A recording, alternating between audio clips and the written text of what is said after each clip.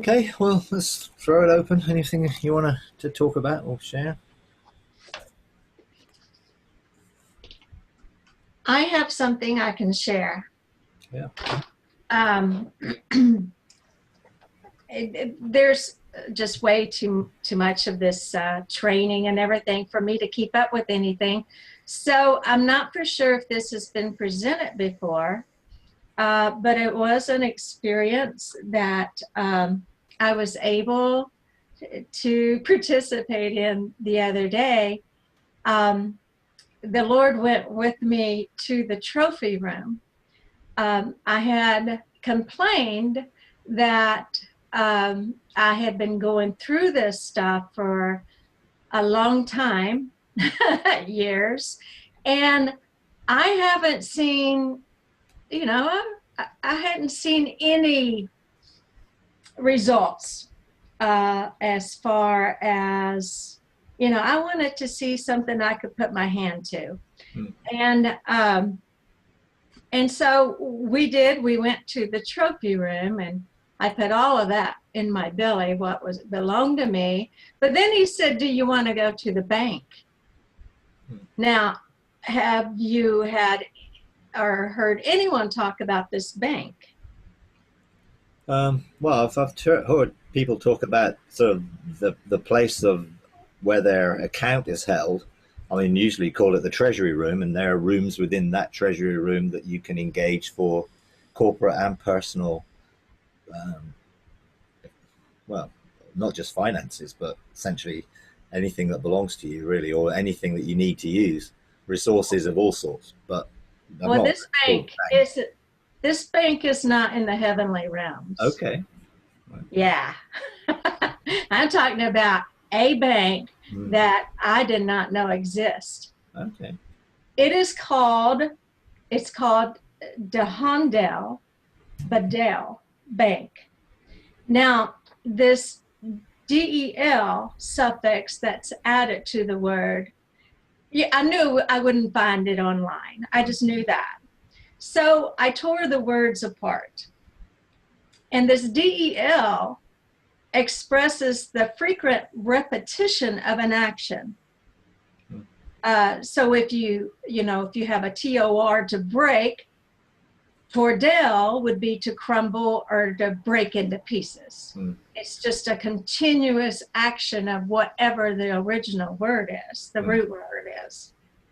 So I couldn't find much on the words, but what I found and what um, what the expression was that came out of what I was able to find was pretty amazing. So if you take the DAHON, Dahan, it means an endless lust for power. If you take the BA on the Badel, it's one part of the ancient Egyptian concept of the soul. Now, if you put those two words together, using the del as the frequent repetition of these actions, you have an endless lusting for power of the soul. Wow. Yeah. And and listen, I went in that bank and I got what belongs to me because, well, it's mine, number one. And number two, we've been going over this battle for my soul for a while now. And it has been a fierce, ongoing battle. And I know I'm pioneering through things that others have, I have not heard others walk in before. And it's been trying. And it's been revealing at the same time. Mm. So when he said something about this bank, and then I ended up with those words, what they brought together. Oh my goodness, it is. It's just, the enemy is after our soul. It's after anything that would empower us to live the the victorious life of Jesus Christ. What is ours? Mm. And it was just an amazing, it was amazing going to the trophy room, but then going into the bank, that was something else. So where did you access the bank to? Um, From the trophy room, and then to, you said it's I, in the heavenly realms. Where is it? uh, from the trophy room, of course, Jesus was with me, and I would not recommend, going to the trophy room or to this bank without his presence there with you. But from the trophy room, it seemed like we went to the right, Mm. and it was like straight ahead, like you would see, like you would enter into a town, and straight ahead of you would be the courthouse. Okay. As you go into a town. Yeah. And when we turn that right, there was this big bank with columns. Okay. So that was off Satan's trophy room. So That was off. So essentially, it's a place where you've been robbed and all that stuff is stored, or? Well, in the bank, Yeah. those things are in the trophy room, but in the bank are the finances and the gold, the bullion. Yeah. Those things that are held back that you need to exist, you need to live. Mm. And so anyway, I had permission to share that. And Okay. So what was the name of it again? How did you spell the whole thing? capital DAHON, and then that little apostrophe to accentuate that. That's where the accent goes. Yeah. DEL. Yeah. DeHondel. And it's BADEL with the accent on the del. Yeah. DeHondel Badel. Badel. Okay. All right. Interesting. Yeah.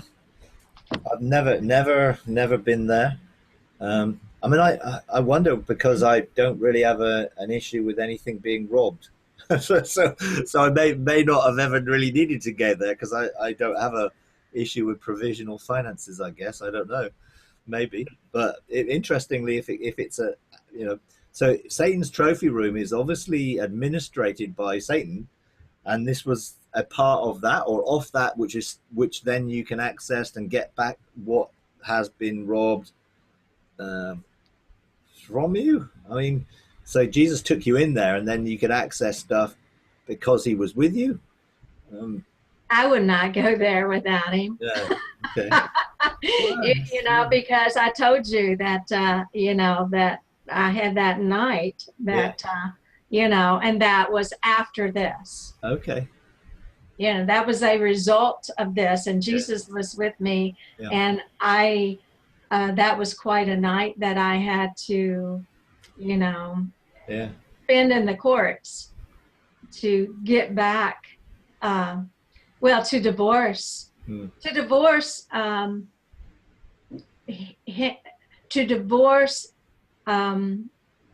everything to do with the systems of the world. That's what it's boiling down to. Yeah. Divorcing that everything that went back to the garden. Yeah. Because it runs down through the bloodline. And it keeps that connection. Jesus said it is finished, and this part, it is finished, but all of this stuff, we still have that connection, and it's just like the wheat and the tares are growing together inside of us. Yeah. And when it's time, Jesus will say, okay, now get rid of this, and then you got to cut that off. Yeah. I mean, that whole process sounds very similar to my sort of dark cloud thing with really separating the soul from that path. So you're not looking for anything from the world system, or even actually using anything wrongly from the kingdom. So I think there are lots of, I guess people have their own expressions of getting to that point where it's got to be cut off and surrendered. and they sort of express it differently. So the endless lusting power of the soul, The that's where, yeah, endless lusting for yeah, power of the soul. the power of the soul. So essentially, that really is the DIY soul's answer, which the enemy takes advantage of and then robs us because of, I guess. So re-say that. Well, in a sense, the endless lusting for the power of the soul, that's something obviously that Adam chose, I guess, to follow rather than follow the path of the tree of life. He followed the path of his soul. And then the enemy then has taken advantage of that and has robbed us because of that use of the soul inappropriately, I guess. Um, that then this bank is the place where those things that have been stolen, robbed, or held back because we've been lusting, using the power of the soul rather than engaging in the fruit of the spirit. That's the legal right, I guess. The enemy has to store those things or hold them or release them. Stop releasing them for us, I suppose. It's interesting that I did not see it like that, Okay, Mike. so which way did you see it? I feel like there is something in the soul itself Yeah, that he wants to control and basically take away from us. yeah, So we live in yeah, a shallow shell of a person. yeah, yeah. But I think that's the result of following the soul's own power, in a sense. I mean, when Adam chose to follow Eve, what was she offered? You can have this apart from God. You don't need God. You can have this in your own power and your own soul. So that whole path was really a selling out. And I mean, I think if you then look at the thinking of it from the perspective of the core essence of something in you, that core soul principle. I mean, you could call it ego, you could call it the id, you could call it all sorts of psychology terms, but essentially, and it's like I think Ian Clayton calls it the dragon's well, that place within where the soul has its uh, identity in self, that then is taken advantage of because essentially we will never find fulfillment through the soul. I mean, it's just impossible, no matter what you do. It's always going to leave you empty. It's always going to leave you addicted, always going to leave you looking for more, always going to leave you less than. Because Yeah. the whole pathway of that path is you have lost your identity that God made you in, and now you've got your own identity that's come from everything you do. And the soul is so powerfully needing that, which is that core thing. That was for me was the core thing in me. I was using, even knowing God, using who God made me to be to give me self identity and validation, which was that core thing in my spirit, in my soul that I had to surrender. I mean, until I could not be separated soul and spirit. I could not live in dual realms. I was tethered to the earth. I was less than, because that is always going to be less than, isn't it? It's always going to be an emptiness to it because it doesn't have the authority and the power of the spirit, but the enemy uses it. So maybe just using semantics differently to express something, but I think I always like to try and relate. Okay, is this something I've gone through? Is it something I have to go through? And it feels like that I've gone through that, and it was that ending of that, the soul's lust for power, or the soul's lust for its own identity in what it does, which is just another description of using the power of the soul to validate yourself. Sounds quite a similar thing. What I hadn't engaged with was that led me into a place. I'll go and have a look. It'd be worth going and having a look and seeing if I can engage that, because obviously I've been to Satan's trophy room and didn't see things before because I couldn't see them because I was blinded to them. Even the door into the fiery, consuming presence of the love of God, I couldn't see until I could. And my mind wouldn't let me see it. So this could be an area that I've been there but not seen that, because my mind was framed not to see it. So I'll go and have a look and see. I would like to hear your experience. Well, Yeah, yeah, and yeah. subsequently, it may be that that's not an area that the enemy has done something in me, but maybe in other areas. And I think we're all slightly different in terms of. I've never really had an issue with resources in my life, so it may be that that's not an area that I had particularly a weakness, or the enemy used or abused. Personally, for me. Or Um, maybe you're satisfied with what you got and you don't realize that there's a whole lot more that's yours. Yeah, that may be true. That could be possibly true, and I'm very open for that. I mean, my katuba was not short of financial or resources within it, so I certainly made my katuba as resource filled as I could. But who knows? You don't know until you know.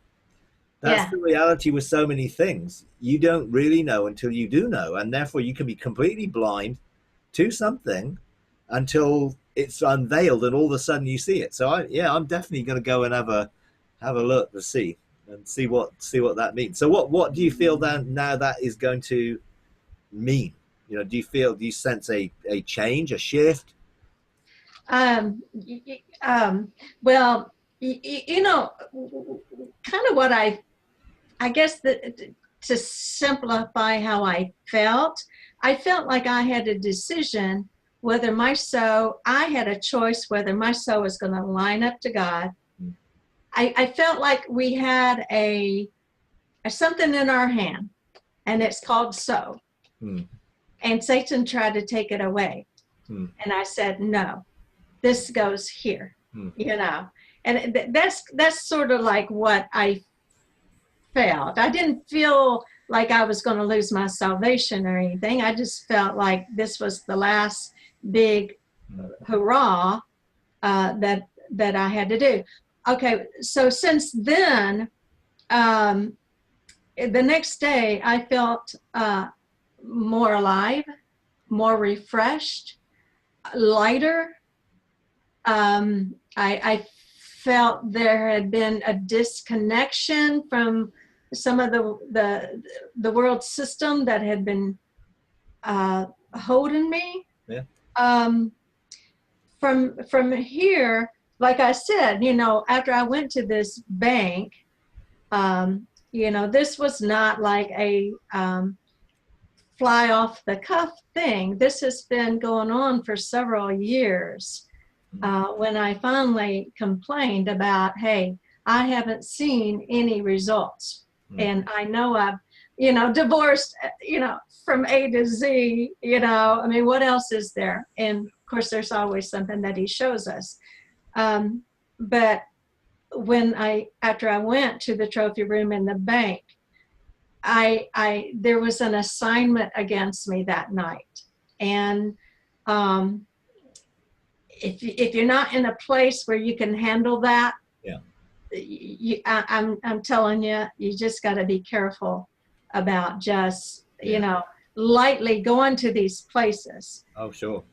And so since then, I've noticed and expect to see more and more of the Son of God maturing in me. Yeah. Because that's what I'm expecting. I ask a lot. Yeah. And I told the Lord one time, I said, if you don't get me to where I'm supposed to be, I said, I'm going to blame you because I'm giving you permission. And that's a very dangerous prayer to pray. Yeah. and so my whole thing is to, I've got big dreams to live the way Eve lived before she sinned. Yeah. I just believe it's mine as a son of God. Talking about Eve. Yeah. But I'm still son of God, and I just feel like Sure. we're missing it. Yeah. We are missing it. Yeah, definitely. Yeah, well, yeah. I mean, Son of God obviously is not a gender issue, but a inheritance issue. Um, but I do think, yeah, sometimes when God does something, the enemy will test it, and that's when you got to know your authority. It's the same with doing any court case. Some people, I think, were sold a panacea using court cases that it would be the solving of all their problems. So do the court case, and there's no more problem. Whereas actually you do the court case and then you've got to use the verdict. And how are you going to use the verdict when it's tested? Do you know your authority here? So this has got nothing more in me, so I can say get lost, no more. But it does get tested, and I think that's where people fall into problem. Oh no, it didn't work, or oh no, rather than okay, now I'm going to use this authority. This is the opportunity to say no. Whereas before I couldn't say no, now I can. And a lot of people fall down at that hurdle because they are expecting no more issue rather than using the authority to then put that issue completely under your feet. Yeah. So I think there is a sense there that God does allow the test to come to show whether we actually do have the authority of whatever it was that happened. And, in this situation, I'm sure you dealt with the assignment that came, um, and I think that's, same things happened for me a number of times. You have to enforce the verdict. Yeah. Not just sit with the verdict and think everything is going to be okay now. Well, it was interesting, and I hope others have that same experience.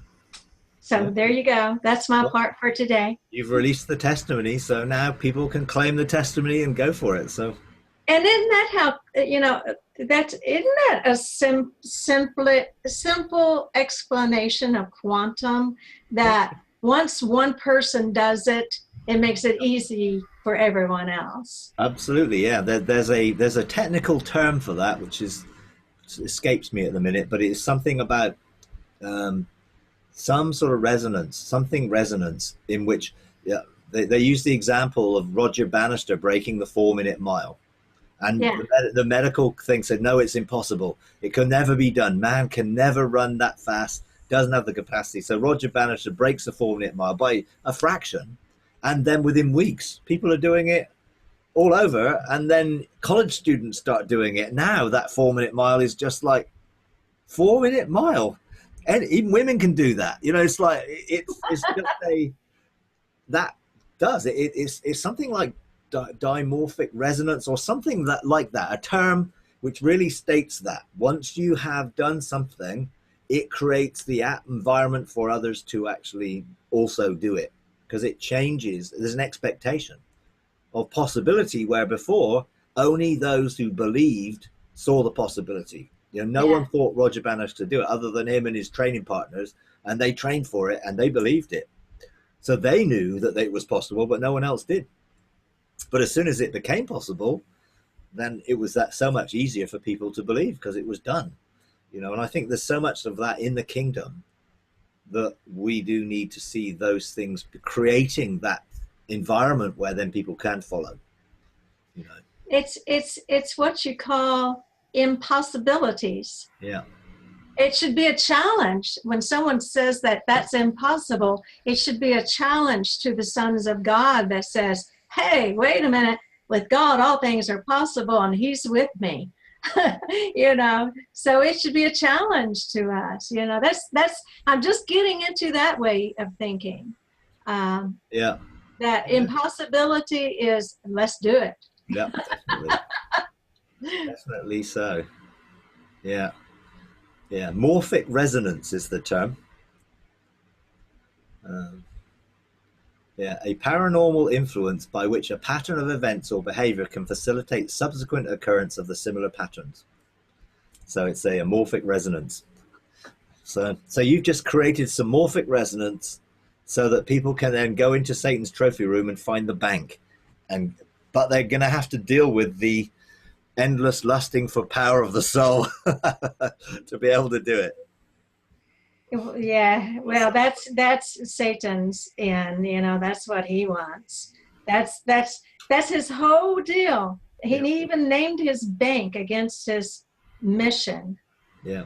His mission against us. Yep. It's the power of our soul. Yep. He named his bank that. Yep. That. Well. There you go. And now you've overcome it. So now it has no power. That's right. Yeah. That's right. Excellent. But now it's not in the same place. You have to go kind of go down the street, sort of. Mm. We actually turned and went, from the trophy room. We turned. It was to the right. Mm. So if you're looking at the trophy room, it would be to the left. Okay. Yeah. Have a good trip. Yeah. Okay. Okay. Yeah, you got your hand up there, Pamela. Yeah. I love a good midrash, and I always talk with the Lord after we have our meetings, to talk over the things, tell me about this, tell me what I missed there. And I noticed semantics came up a couple of times today, because it came up in my conversation with the Lord today. He was, he once told me that he's restoring communication. And it's semantics, because people are unable to discern the thoughts and intents of the heart after the fall of Babel. And he said that true communication will be restored when suspicion is reduced. When suspicion ceases. And I'm like, so he gave me a really good explanation about some of the things going on today, about all the conspiracy theories. It's to produce suspicion. And he said one of the real reasons is to stop the restore of the heart, the communication and the discernment of the thoughts and intents of the heart. Yeah. Keeping the suspicion, boiling in people. Of course, I'm like, ooh, are you out? And, are you telling me this? Or you got an assignment for me, Lord? I raised my hand. Is it something you want me to legislate? Use me.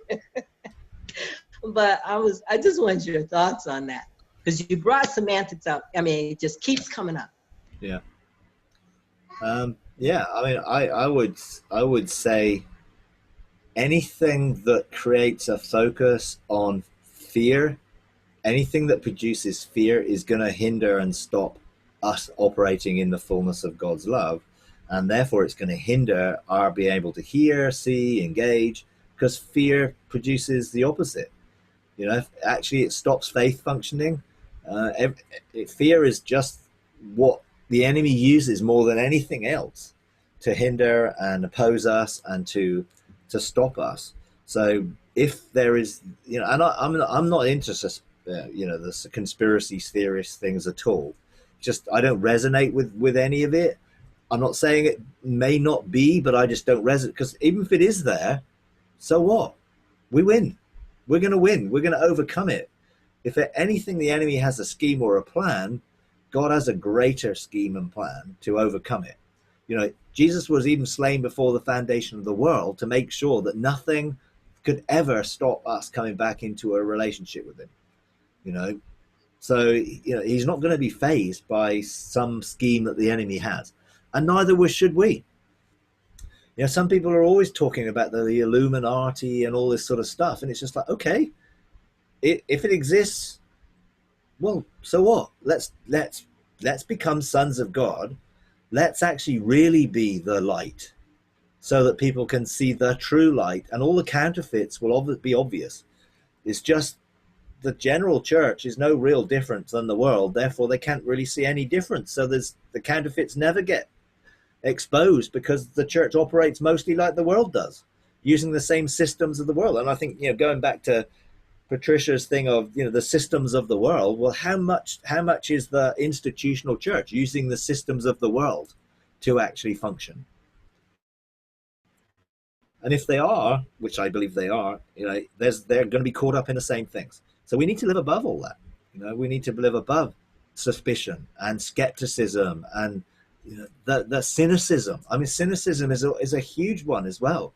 People are just cynical of, oh yeah, heard that before. Yeah, give me another one. And it's like that cynicism, skepticism, suspicion, sort of the whole thing is based in a fear and then an attitude which is actually with no hope or no expectation of expectancy of real change, life, abundance that God promised us. So people live the less than kind of life in that fear generated, I'm living in the land of not enough, you know. And, you know, we don't want to live in the land of just enough.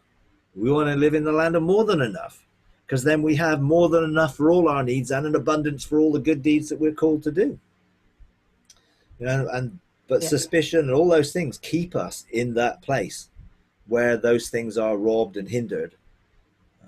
Yeah, So, I'm getting all these, messages and posts about these, this one group, and now I won't even mention it, one person or something, all the deep state, this and the deep. Every time I bring it up to the Lord, he just chuckles. yeah. And I'm like, okay, well, I don't need to, I don't need to bother myself. Oh, you're not interested in this? No, not really. I mean, if it makes him laugh, why wouldn't it make me laugh? Yeah. I mean, all the deep state, I'm like, oh, please spare me. Yeah. I mean, some of it. I mean, some of it probably just I do not have any sort of mandate in that area or whatever area. So to me, it's just irrelevant. Maybe some people do have a mandate in the political arena, and therefore some of these things may be something that they have some authority towards. But I sort of, I mean, I don't know whether it's the same person, but it's somebody who used to focus mostly on engaging the supernatural with God now seems to focus mostly on the political agenda. And it's like, okay, do we not have a bigger kingdom? Do we not have a heavenly kingdom which will override and deal with all those earthly things, whatever they are? Wherever it is, whatever government is doing, whatever secret department is doing, whatever, it's like we have a kingdom which is way in excess of whatever that authority is. And I'm not saying there is or isn't things that are there hidden, but why would I fear it? And why would I get caught up in it when I can legislate for the greater? It's like grace, mercy, love can overcome whatever there is as a plan of the enemy to create fear and to put people into bondage and to keep people in under, the fear of all those different things that are going to happen, whether it be chemtrails or all the other things. It's like, I don't need to be fearful of it if I live in a different perspective of God's blessing in that way, and therefore nothing's impossible when you're in that relationship with God, and you don't need to be fearful of all the things that people are saying. I mean, it's the same old stuff repackaged.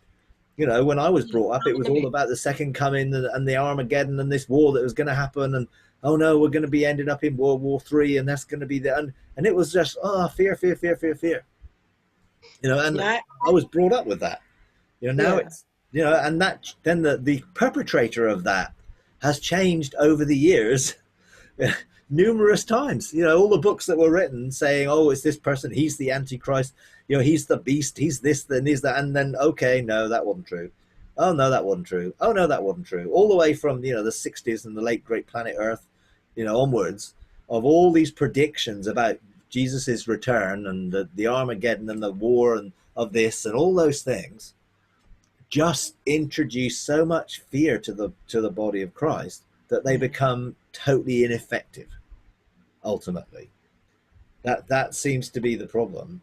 Either we're going to be rescued, therefore we don't need to bother, or well, we're going to have to go through this, so we don't need to bother, and we've just been robbed of a generation of those who are going to take their place as sons of God and change things, make a difference. Not be fearful of whatever political agenda or the enemy's agenda or anyone else's agenda. What's God's agenda? The restoration of all things. So why don't we focus on getting things restored? We're supposed to be the restorer of the breach, and that whole thing.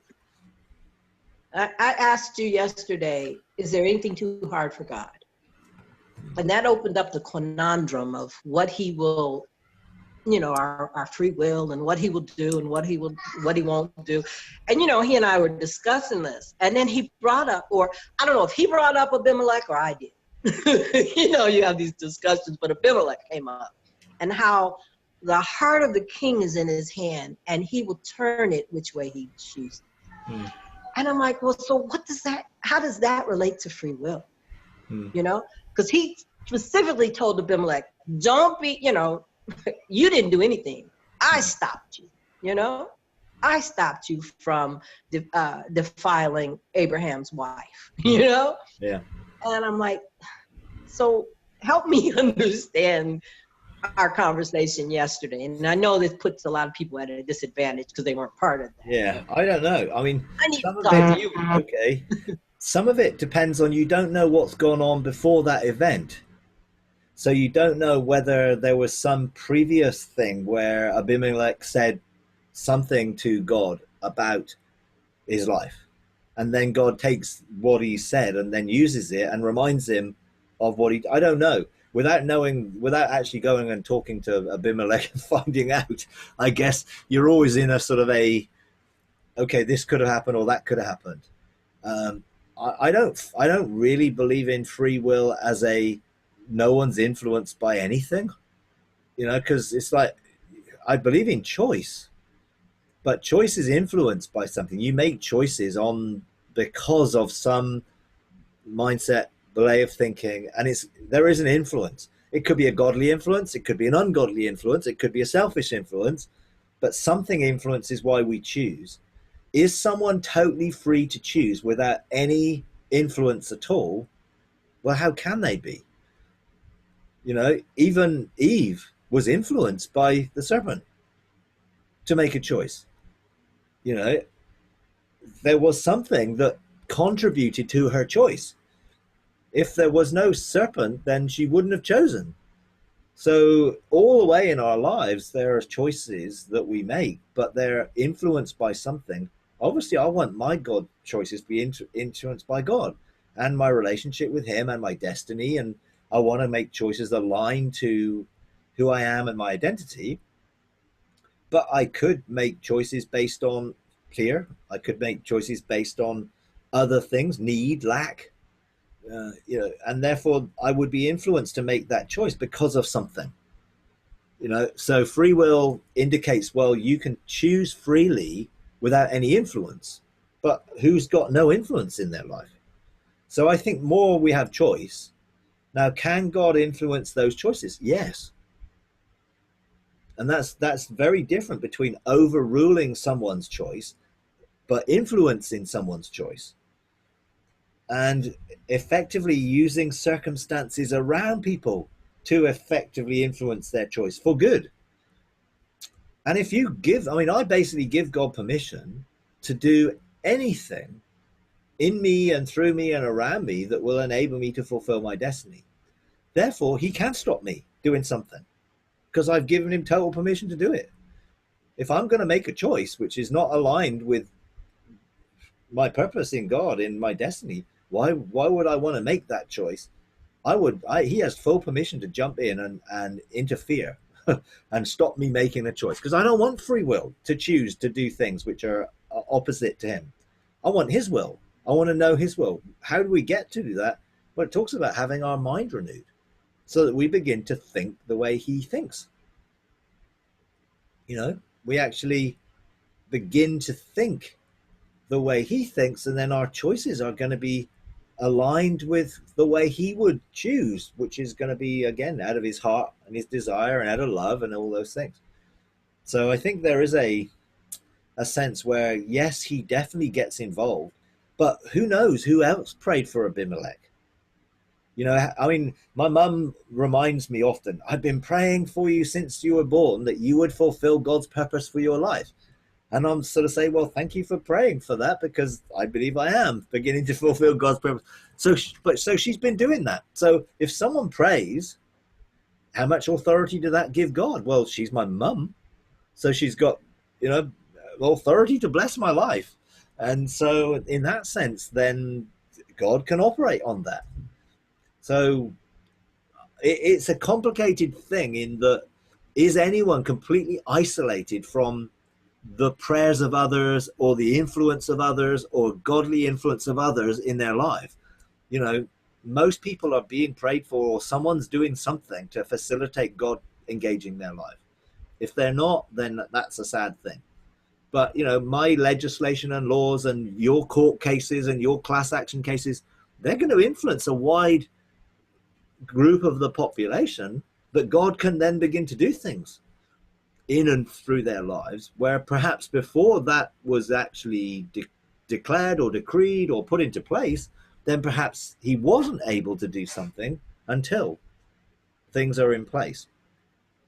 So, you know, whatever it is, and however it works, I know that it's all based in love, and it's gonna not contradict the very character and nature and essence of God. So whatever he does, and you know, that's why when I look at the Old Testament and look at some of the things, I think, no, it says that the Father and Jesus are one, and that you see the Father, you've seen me. Jesus is the express image of the Father. So no matter what, I know that whatever the view of what God was like in the Old Testament, he was not any different than he is in the New Covenant. Therefore, whatever people have written and whatever way they've written it, that does not, to me, contradict the very things that Jesus said as the living Word of God. And therefore, I read some of the things written, and I know that they're attributed to God by others when it wasn't God. But it was their own self, their own lust, their own things that chose. And then they sort of, oh yeah, God gave us the excuse to do that, or God had permitted us to do it. And actually, I don't think always he did.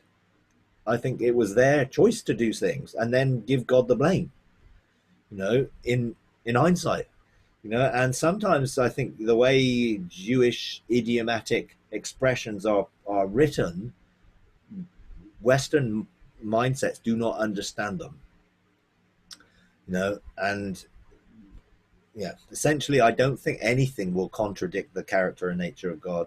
Therefore, whatever he does, you know, when we think, okay, well, is he overruling someone's free will? Whatever he's doing is not going to contradict the character and nature of God. You know, it just isn't. So you have to, sometimes I think it comes down, you just have to trust him. You know, and it's like, you know, do I trust him to know what he's doing better than me knowing what he's doing? Yes, I do. And I think the way he has to engage with everybody in the now, I'm just glad it's not me, you know, who has to do it. Yeah, so I trust that he can and will and is at work to bring good out of every situation, to bring restoration to people in relationship to him. No matter what they're doing, where they are, what they've done, it's never going to stop his love engaging them, reaching out to them, to bring them back into a relationship of innocence. You know, and he'll do that because he loves. You know, he is love. He can't contradict himself, you know. So I trust that what he does is all going to be good, because he's a good God. And I might not understand, but I trust, you know, and I think that's the key for me, you know, trusting. I was driving this morning and, you know, continue my conversation and thanking him. And I'm like, oh, God, thank you. You're so good to me. And he said, I'm good to all of y'all. And I started laughing so hard, people had to think I was crazy. He said, I'm good to all y'all.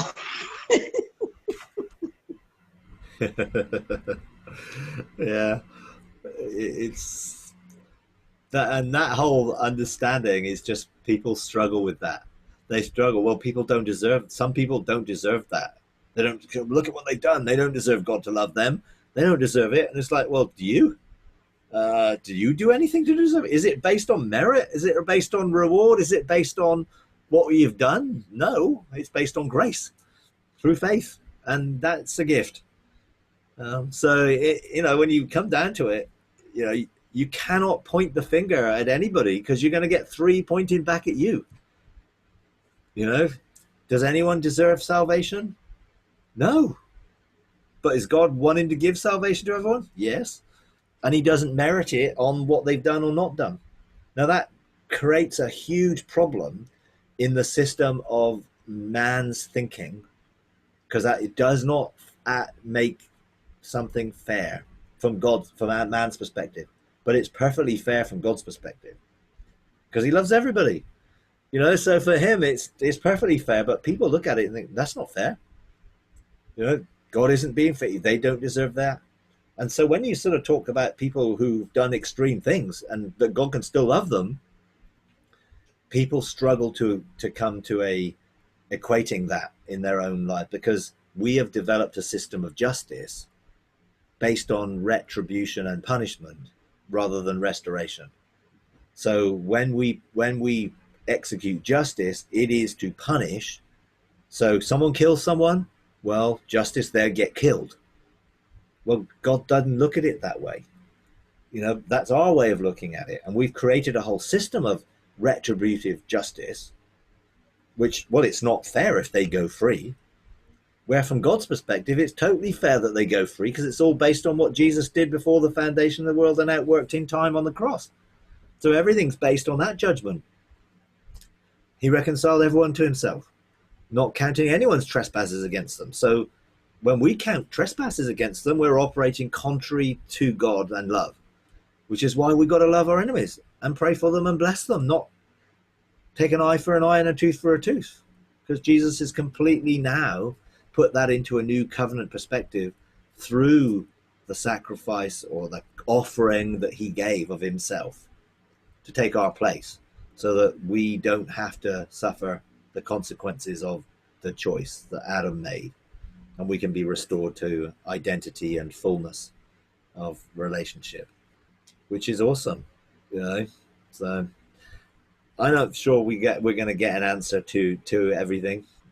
so I just got to learn, hey, I'm going to trust, and what God tells me, great, but if he doesn't have to tell me everything, and I'm grateful for that, actually, because I only need to know what I need to know, you know, because I can be free just to be who I am, and therefore need to know what I need to know, and therefore I don't have to know anything else, you know, which is, you know, stops my thirst and quest for knowledge, because I don't need it anymore. I just read that the Pope denounced capital punishment. I just read that. My husband sent me that article. That's, you know, that's nice step. That's a nice step towards, you know. Yeah, interesting. If I may say that, yeah. But of course, the conspiracy theorists will no doubt come up with some Catholic plot, without a doubt. But hey, you know, we really do need to look for a change as we begin to shine as light. Then we do need to see the light exposing that which was within our culture, our to bring a totally different perspective from a kingdom light perspective, so that light will expose darkness, and then light will bring love, and light will change things, to restore things. I mean, what else is going to change it? You know, no matter how many changes we've tried to make, didn't work out too successfully. So we need the changes that are going to come out of love. And I do believe we will start to see things change. You know, some of the restoration of all things and the scriptures that the prophet spoke talk about the lion lying down with the lamb. And it talk about beating weapons into plowshares, things for fruitfulness. I'm believing for that. I believe that we will see war come to an end when we start operating in peace and love. You know, no, is it going to happen tomorrow? Probably unlikely, because we have to build a momentum of change to become more and more light. You know, arise, shine, your light has come. The glory of the Lord is risen upon you. Behold, deep darkness covers the earth. Yeah, well, that's why we need the light, to push back the darkness. But people focus on, oh no, deep darkness is covering the earth. Oh no, it's getting worse and worse and worse. Oh no, it's getting terrible. Well, it isn't. It's getting better. The only reason people think it's getting worse is because the media promote the things that were happening anyway and make them good news. It's like, go back 200 years. Would you want to be a child 200 years ago? No way. Life expectancy, very, very low. You know, kids being sent up chimneys to sweep the chimneys, basically slaves, who we don't get that today. Very little of it. It's certainly in the Western world, and we need to see things change all over. But things are better.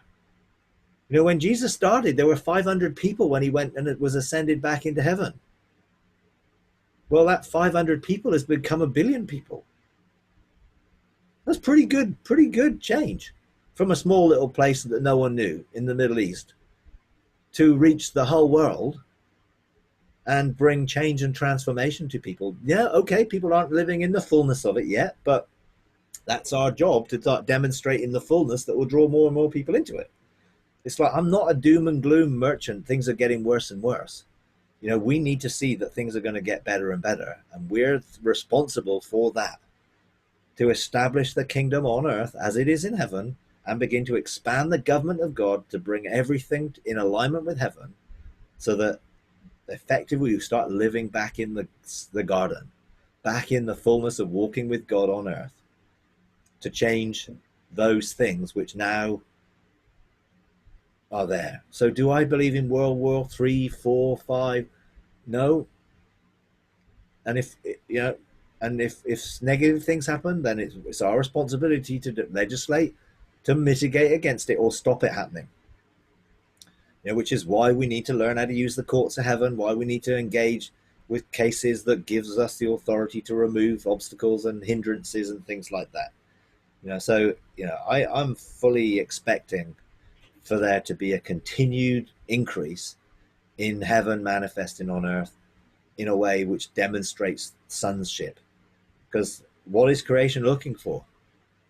Our sonship, our light, to be restored, to bring light back into darkness, obviously within the whole fabric of creation, as we re-engage with the positions we were in before, so that everything can begin to change.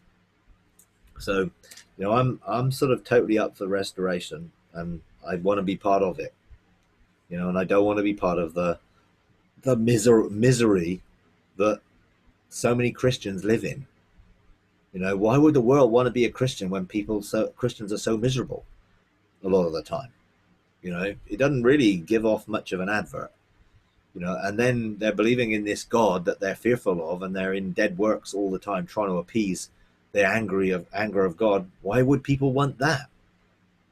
What people are looking for is a genuine love that will bring them into an acceptance that they can really know who they are and be affirmed as sons of God. That's what people are looking for, even though they might not know it, and they might be searching for it in all the wrong places.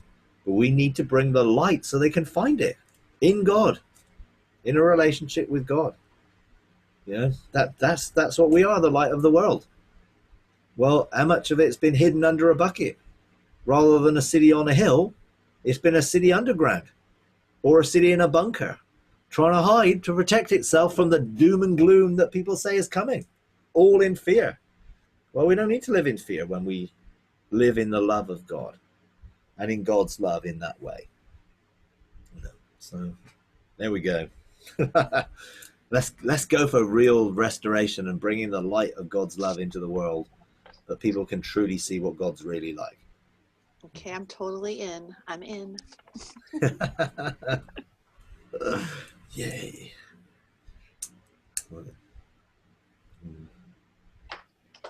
Mike, there's restoration, but there's also a time to judge a matter judiciously.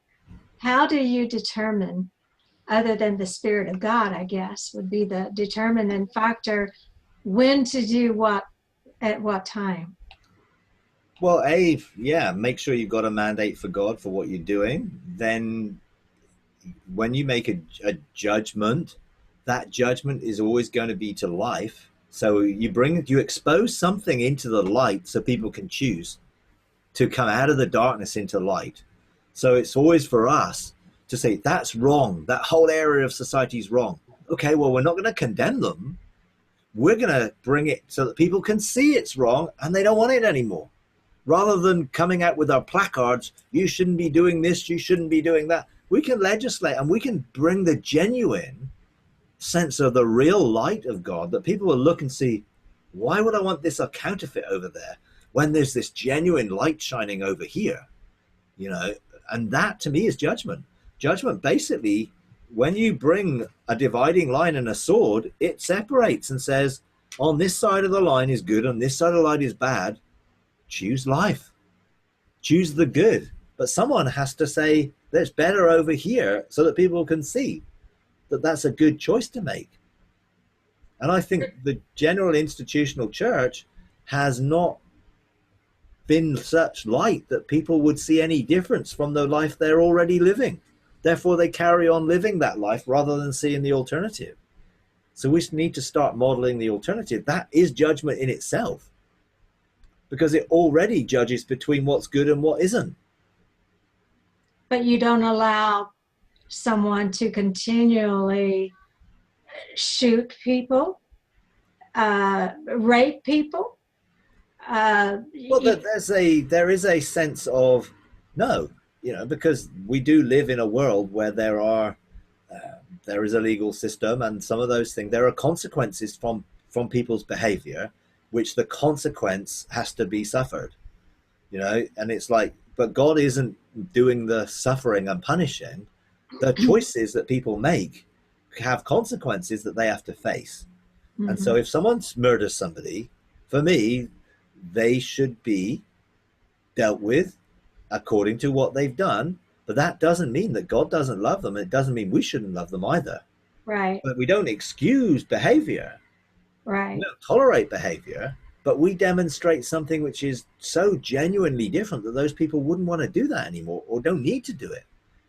God didn't say thou shalt not kill just because it was something which was contradictory to some law. He said thou shalt not kill because that robs someone of life, of mm-hmm. their opportunity of being in relationship with God, and it was like, you don't need to kill anybody because I am your protector. I am the one who can give you protection and provision and blessing. You don't need to kill somebody else. Now, if someone come into my house and tried to murder or rape my wife or child or whatever, would I allow it? Absolutely not. But I would probably not take out a baseball bat or a gun. I would probably use the authority that I have in the name of Jesus, standing in his name, to stop them and forbid them. And actually, I've got angels already protecting my house so that those things can't happen, because I'm already administrating the government of God around my life. I live in the protection of God, so I am administrating that. I'm not leaving it up to chance. I'm living under an open heaven of God's protection, and I have angelic legions at my disposal. So I'm not just sitting back and letting it happen. So I'm not sort of saying we should just be, everything's okay. No, it isn't. It very clearly isn't. But our reaction to that must be based in love. Not retribution and vengeance, but love. And that means that I could go into a prison and visit somebody who has murdered people or has abused children or has done all things. And I could still demonstrate the love of God through them, because God still loves them. And even should they find a relationship with God, that does not mean that the consequence of their previous behavior automatically goes from a worldly perspective. But from a heavenly one, it's already gone. Jesus already died for every murderer, every abuser, everyone. He's died for them, and their sin has already been dealt with by the cross. So it isn't, sin's not the issue, or behaviors aren't the issue. The behavior is the lack of identity. And we need to demonstrate what true sonship is, and then people will want sonship. It's just people can't really see it that well. So things have to change for us to begin to shine and radiate the light of love, which will change people's perception of God, sonship, and everything else, and will bring them into a place of hope and not despair. So, yeah, if I was to make a judgment against someone who'd committed murder, it would be to love them. It's not my responsibility to put them in prison on earth, but I would still want to love them, and I would still want them to encounter a relationship with God which would free them up from their guilt and shame and condemnation that they probably feel. so that they can genuinely begin to realize. And of course they would have to face, I mean, can you imagine someone who's committed murder or has committed child abuse, and then they find a genuine relationship with God in which they know God has forgiven them? They have to forgive themselves. And it's forgiving themselves which is the hardest thing, which is the consequence of what people have done when they realize that forgiving themselves is a huge issue. And until they forgive themselves, they will always live in the shadow of what they've done. And they will honestly, genuinely realize and be so remorseful. But you can't undo what you've done, but you can show genuine remorse, and you can also receive forgiveness. And therefore, I know of people who have had their family murdered. A friend of mine who had their son murdered, they were able to come out and publicly declare that they forgave the murderer.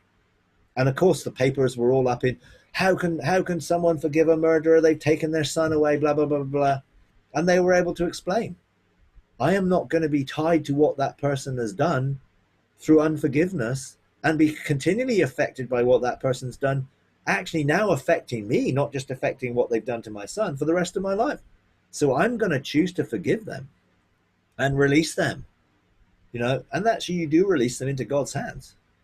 And do I want God to punish them? No, I want God to reveal himself to them so that they actually find a relationship with him, so their whole life will change and they would never have to do that again. You cannot change things in the world by coming in the same spirit that they operate in. You have to come in the opposite spirit. That's why you cannot deal with terrorists with a bomb, because all it will do is entrench them to create a bigger bomb. And then you come back with a bigger bomb, and then you come back with a bigger bomb, and then you end up, in a situation where all it is aggression. Someone has got to take the first step of saying, no, we're not going to respond to what they've done with more aggression. We're going to actually respond in love. And ultimately, that's the only way you're going to deal with any of those issues. You'll never do it by more aggression. You'll never do it by bombing them out of existence, because you'll just create more out of the hurt and heartbreak that they've suffered because you killed their children. You just create more.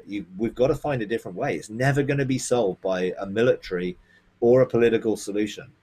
It's a spiritual issue, and we have to demonstrate the love of God. And God is already reaching the Muslim world in dreams and visions. And there are already so many people in place in that world that are ready to sort of get out of where they're hidden to proclaim the truth. But Jesus is the answer, and that Jesus is the way, and they're already in place, having met Jesus. But that we don't know them, but Jesus knows them, and they're hidden within the Muslim world. They're hidden within the New Age world. They're hidden within the occult world. They're there ready to become the evangelists of the good news of God to their own generation and their own people. So much more than us coming in and trying to convince them, A, with aggression, or B, with preaching the good news out of a book they don't believe in. We need to demonstrate the love of God and the power of God into their lives. There we go. Anyway, that's that. I'm gonna leave it